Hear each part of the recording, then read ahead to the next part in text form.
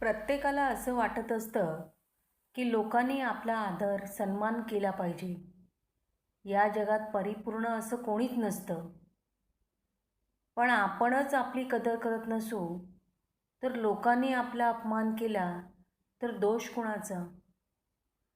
जर आपण स्वतःमधील कमतरता ओळखून त्यावर काम केलं तर नक्कीच यश मिळू शकतं. याने आपण उत्तम व्यक्ती तर बनू, पण त्याशिवाय लोक तुमचा सन्मानही करतील. जर तुम्हाला तुमची मूल्य वाढवायची असतील तर पुढील काही भन्नाट टिप्स आत्मसात करा. स्वतःला बदला, नशीब बदलेल. एक चांगली व्यक्ती बना. आपल्या कमतरता ओळखून त्यावर काम करा. आपले ध्येय साध्य करण्यासाठी कठोर परिश्रम करा. तुमच्या कम्फर्ट झोनमधून बाहेर पडण्याचा प्रयत्न करा. अशा गोष्टी करा ज्यामुळे तुम्हाला यश मिळेल. जेव्हा तुम्ही आयुष्यात काही साध्य करता तेव्हाच लोक तुमची कदर करतात. आपला संवाद हा आपलं व्यक्तिमत्व दर्शवते. काही लोक फक्त बोलतात पण खऱ्या आयुष्यात त्याची अंमलबजावणी करत नाहीत. त्यामुळे लोक त्यांच्या बोलण्याकडे दुर्लक्ष करतात. म्हणूनच मोजकेच बोला, पण मुद्द्याला धरून बोला, ज्यामुळे लोकांवर तुमची छाप पडेल. स्पष्ट शब्दात न घाबरता आपले म्हणणे लोकांसमोर मांडा. मित्रांनो, तुमच्याकडे आत्मविश्वास असेल तर तुम्ही कोणत्याही परिस्थितीतून बाहेर पडू शकता. आत्मविश्वासाने तुमची प्रतिमा वाढते. जरी एखाद्या गोष्टीची तुम्हाला भीती वाटत असेल तरीही ती तुमच्या चेहऱ्यावर दिसू देऊ नका. जेव्हा तुम्ही संकटांना आत्मविश्वासाने सामोरे जाता त्यावेळी एकतर तुम्ही विजयी तरी व्हाल किंवा तुम्हाला जीवनातील एक अमूल्य शिकवण अनुभव मिळेल.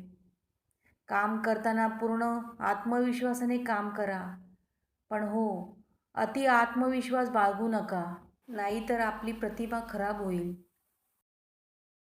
तुम्ही जे विचार करता त्याचा प्रभाव तुमच्या वागण्या बोलण्यातून दिसत असतो.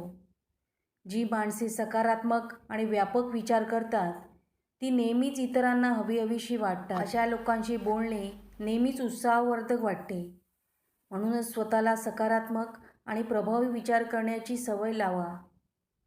आपले विचार जर सकारात्मक असतील तर आपण जीवनाकडे सकारात्मक दृष्टीने बघत असतो. पण जर आपले विचार नकारात्मक आणि नैराश्यवादी असतील तर आपला जीवनाकडे बघण्याचा दृष्टिकोन देखील तसाच बनत जातो. कधीही दुसऱ्यांवर अवलंबून न राहता प्रत्येक गोष्ट स्वतःच्या बळावर करा. जेव्हा आपण एखाद्या गोष्टींसाठी इतरांवर अवलंबून राहतो तेव्हा आपली किंमत कमी होते. तसेच एखाद्याच्या कामासाठी तुम्ही सतत उपलब्ध असाल तर तुमची किंमत कमी होते. या सवयीमुळे काही वेळा लोक तुमची पाठीमागून चेष्टा करतात. त्यामुळे काही गोष्टींना नाही म्हणायलाही शिका. काही लोकांना त्यांच्या मनातील सर्व विचार लोकांना सांगण्याची सवय असते. मात्र काही गोष्टींना सांगणं मुळीच गरजेचं नसतं. कारण काही गोष्टी चुकीच्या ठिकाणी बोलण्यामुळे तुमची लोकप्रतिष्ठा खराब होऊ शकते. यासाठी तुमच्या मनातील प्रत्येक गोष्ट जगाला सांगण्याचा प्रयत्न करू नका. आपण जे काही बोलतो ते सगळ्यांनी ऐकावं असं प्रत्येकाला वाटत असतं. मात्र आपलं बोलणं कोणीतरी ऐकण्यासाठी इतरांचं ऐकणंही तितकंच गरजेचं आहे. जर तुम्हाला एक प्रभावशाली व्यक्तिमत्व व्हायचं असेल तर इतरांचं बोलणंही लक्षपूर्वक ऐका. त्यामुळे तुमच्यामध्ये त्यांच्या समस्या दूर करण्याची क्षमता आपोआप येते. शिवाय तुम्ही जेव्हा इतरांचं मत ऐकता तेव्हा नकळत तुम्ही त्यांना मान देता, ज्यामुळे तुम्ही लोकांना हवेहवेसे वाटता. व्यक्तिमत्व प्रभावशाली करण्यासाठी याचा तुम्हाला नक्कीच फायदा होईल. तुमच्या वागण्याकडे नेहमीच इतरांचे लक्ष असते.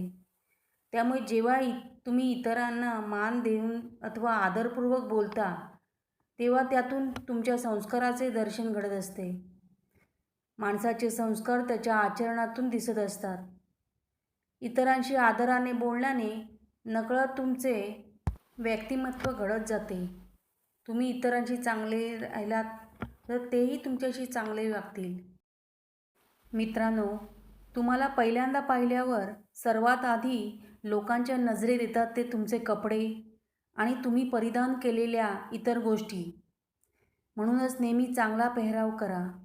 यासाठी फार महागडे कपडे किंवा वस्तू वापराव्या असं मुळीच नाही, तर नीटनेटक्या स्वच्छ पेहराव्यामुळेही तुमचे व्यक्तिमत्व प्रभावी होते. नेहमी आकर्षक राहण्याचा प्रयत्न करा. इतरांना कॉपी करण्यापेक्षा स्वतःची स्टाईल कॅरी करा. इतरांची नक्कल करण्यापेक्षा स्वतःचा एक वेगळा अंदाज तयार करा, ज्यामुळे तुमचे व्यक्तिमत्व प्रभावी होईल. ओरडून आणि किंचाळून कधीच बोलू नका. जर तुम्ही आरडाओरडा न करता शांतपणे आपली मतं मांडली तर समोरची व्यक्ती तुमचं बोलणं नक्कीच ऐकून घेईल. नेहमी काहीतरी शिकण्याचा आपला प्रयत्न आपलं ज्ञान वाढवण्यास मदत करेल. या ज्ञानाचा उपयोग इतरांच्या मदतीसाठी केलात तर तुम्ही समाजात, मित्रपरिवारात व इतर लोकांमध्ये ओळखले जाऊ लागाल, ज्याने तुमचा आत्मविश्वास वाढेल. वाचन करा आणि तुमच्या ज्ञानाच्या कक्षा रुंद करा. वाचन, श्रवण आणि मार्गदर्शन हे व्यक्तिमत्व विकासातील महत्त्वाचे टप्पे आहेत. यासाठी चांगली, प्रभावी आणि सकारात्मक विचारांची पुस्तके वाचा. जगाला सामोरे जाताना हेच ज्ञान तुमच्या कामी येईल. तुमचे ज्ञान चांगले असेल तर तुम्हाला स्वतःवर विश्वास वाटेल. जसं तुम्हाला इतरांकडून कौतुक हवं असतं, तसंच त्यांनाही त्यांचं कौतुक केलेलं आवडत असतं. यासाठी त्यांच्या यशाबद्दल त्यांचं मनापासून कौतुक करा. समजा तुमच्या प्रतिस्पर्ध्याला जरी एखादं यश मिळालं तरी त्यांचं मनापासून कौतुक करा, कारण त्यामुळे त्याच्या मनात तुमच्याबद्दल नकळत निर्माण झालेला कटुपणा कमी होऊ शकतो.